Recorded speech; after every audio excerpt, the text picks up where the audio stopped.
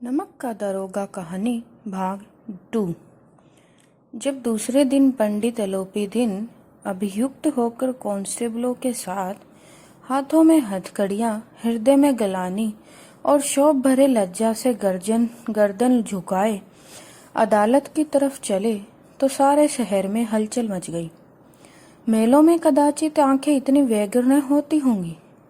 भीड़ के मारे छत और दीवार में कोई भेद न रहा, किंतु अदालत में पहुंचने की देर थी। पंडित अलोपीदीन इस अगाध वन के सिंह थे। अधिकारी वर्ग उनके भक्त, अमले उनके सेवक, वकील उनके आज्ञापालक और अर्दली, चपरासी तथा चौकीदार तो उनके बिना मोल के गुलाम थे। उन्हें देखते ही लोग चारों तरफ से दौड़े। सभी लोग विस्मित हो रहे थे। इसीलिए नहीं कि अलोपीदीन ने यह कर्म किया, बल्कि इसीलिए कि वह कानून के पंजे में कैसे आए। ऐसा मनुष्य जिसके पास असाध्य करने वाला धन और अनन्य वाचालता हो, वह कैसे कानून के पंजे में आए। प्रत्येक मनुष्य उनसे सहानुभूति प्रकट करता था। बड़ी तत्परता से इस आक्रमण को रोकने के निमित्त वकीलों की एक सेना तैयार की गई। न्याय के मैदान में धर्म और धन में युद्ध ठन गया। वंशीधर चुपचाप खड़े थे। उनके पास सत्य के सिवा न कोई बल था, न स्पष्ट भाषण के अतिरिक्त कोई शस्त्र। गवाह थे, किंतु लोभ से डामाडोल। यहाँ तक कि मुंशी जी को न्याय भी अपनी ओर कुछ खिंचा हुआ दिख पड़ता था। वह न्याय का दरबार था, परंतु उसके कर्मचारियों पर पक्षपात का नशा छाया हुआ था। किंतु पक्षपात और न्याय का क्या मेल। जहाँ पक्षपात हो वहाँ न्याय की कल्पना नहीं की जा सकती।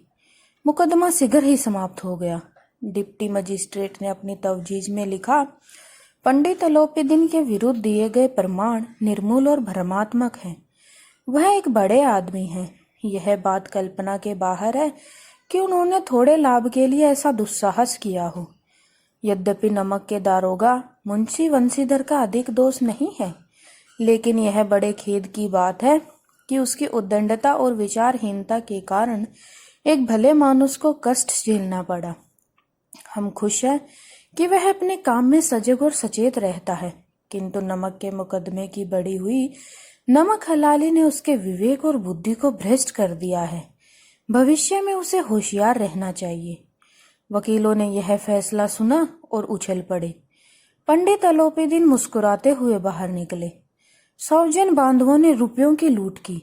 उदारता का सागर उमड़ पड़ा। उसकी लहरों ने अदालत की नींव तक हिला दी। जब वंशीधर बाहर निकले तो चारों ओर उनके ऊपर व्यंग्य बाणों की वर्षा होने लगी, किंतु इस समय एक कटु वाक्य, एक एक संकेत उनके गर्वांगनी को प्रज्वलित कर रहा था। कदाचित इस मुकदमे में सफल होकर वह इस तरह करते हुए न चलते। आज उन्हें संसार का एक खेदजनक विचित्र अनुभव हुआ। न्याय और विद्वता, लंबी चौड़ी उपाधियां, बड़ी बड़ी दाढ़ियां, ढीले चोगे, एक भी सच्चे आदर का पात्र नहीं है। वंशीधर ने धन से बैर मोल लिया था। उसका मूल्य चुकाना अनिवार्य था। कठिनता से 1 सप्ताह बीता होगा कि मोतली का परवान आ पहुंचा। कार्यपरायणता का दंड मिला। बेचारे भग्न हृदय, शोक और खेद से व्यथित घर को चले। बूढ़े मुंशी जी तो पहले से ही कुड़बुड़ा रहे थे कि चलते चलते इस लड़के को समझाया था, लेकिन इसने एक न सुनी। सब मनमानी करता है। हमने तो कलावर और कसाई के तगादे सहे, बुढ़ापे में भक्त बनकर बैठे और बस वही सूखी तनख्वाह। हमने भी तो नौकरी की है और कोई ओहदेदार भी नहीं थे, लेकिन काम किया, दिल खोल कर किया। और आप ईमानदार बनने चले हैं। घर में चाहे अंधेरा हो, मस्जिद में अवश्य दिया जलाएंगे। खेद ऐसी समझ पर पढ़ना लिखना सब अकारथ गया। इसके थोड़े ही दिनों बाद जब मुंशी वंशीधर इस दुरावस्था में घर पहुंचे और बूढ़े पिता ने समाचार सुना तो सिर पीट लिया। बोले, जे चाहता है कि तुम्हारा और अपना सिर फोड़ लूं। बहुत देर तक पछताकर हाथ मलते रहे।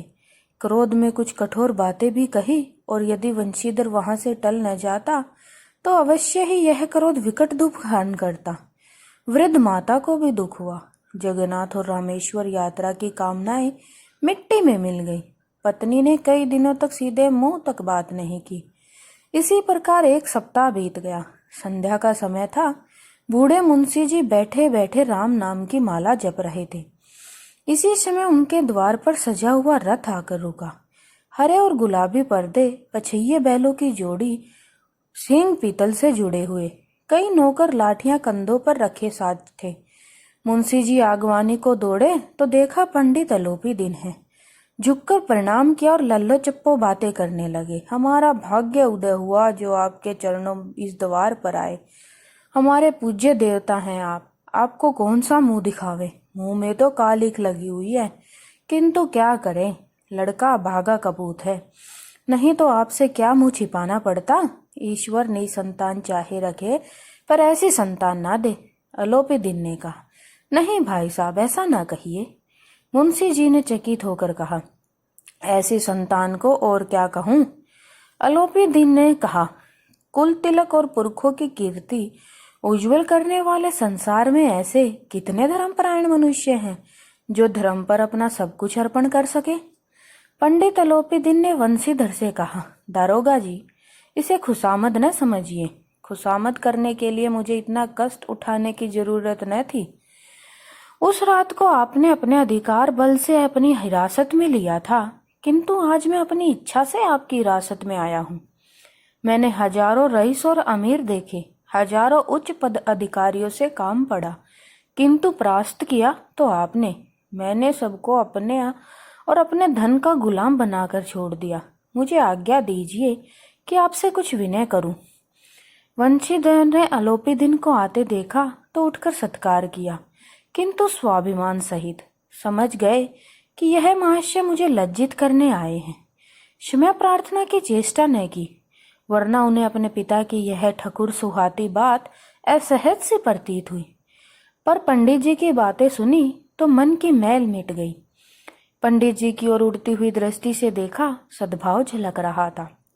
गौरव ने अब लज्जा के सामने सिर झुका दिया।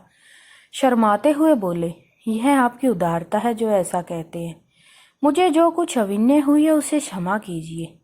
मैं धर्म की बेड़ी में झगड़ा हुआ था, नहीं तो वैसे मैं आपका दास हूँ। जो आज्ञा होगी वह मेरे सिर माथे पर। अलोपी दिन ने विनती भाव से कहा। नदी तट पर आपने मेरी प्रार्थना नहीं स्वीकार की थी, किंतु आज स्वीकार करनी पड़ेगी। वंशीधर बोले, मैं किस योग्य हूँ। जो कुछ सेवा मुझसे हो सकती है उसमें त्रुटि न होगी। अलोपी दिन ने एक स्टाम्प लगा हुआ पत्थर निकाला और उसे वंशीधर के सामने रखकर बोले, इस पद को स्वीकार कीजिए और अपने हस्ताक्षर कर दीजिए।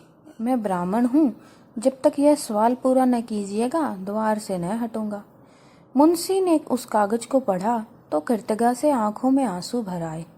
पंडित अलोपी दिन ने उनको अपनी सारी जायदाद का स्थायी मैनेजर नियुक्त किया था। 6,000 वार्षिक वेतन के अतिरिक्त रोजाना खर्च अलग, सवारी के लिए घोड़ा, रहने को बंगला, नौकर चाकर मुफ्त। कंपित स्वर में बोले, पंडित जी, मुझ में इतना सामर्थ्य नहीं कि आपकी उदारता की प्रशंसा कर सकूं, किंतु ऐसे उच्च पद के योग्य नहीं हूँ। अलोपी दिन हंसकर बोले, मुझे इस समय एक अयोग्य मनुष्य की ही जरूरत है। वंशीधर ने गंभीर भाव से कहा, यूं मैं आपका दास हूँ। आप जैसे कीर्तिवान सज्जन पुरुष की सेवा करना मेरे लिए सौभाग्य की बात है, किंतु मुझ में न विद्या है, न बुद्धि, न वह स्वभाव जो इन त्रुटियों की पूर्ति कर देता है। ऐसे महान कार्य के लिए एक बड़े अनुभवी मनुष्य की जरूरत है। अलोपी दिन ने कलम दान में से कलम निकाली और उसे वंशीधर के हाथ में देकर बोले, न मुझे विद्वता की चाह है, न अनुभव की, न कार्य कुशलता की। इन गुणों के महत्व को खूब पा चुका हूँ। अब सौभाग्य और सुअवसर ने मुझे वह मोती दे दिया है जिसके सामने योग्यता और विद्वता की चमक फीकी पड़ जाती है। यह कलम लीजिए, अधिक सोच विचार न कीजिए, दस्तक कर दीजिए। परमात्मा से यही प्रार्थना है कि वह आपको सदैव वही नदी के किनारे वाला बेमुरैवत, उद्दंड, कठोर परंतु धर्मनिष्ठ दारोगा बनाए रखे। वंशीधर की आंखें डबडबाई। हृदय के संकुचित पात्र में इतना एहसान न समा सका। एक बार फिर पंडित जी की ओर भक्ति और श्रद्धा की दृष्टि से देखा और कांपते हुए हाथ से मैनेजरी के कागज पर हस्ताक्षर कर दिए। नमस्कार।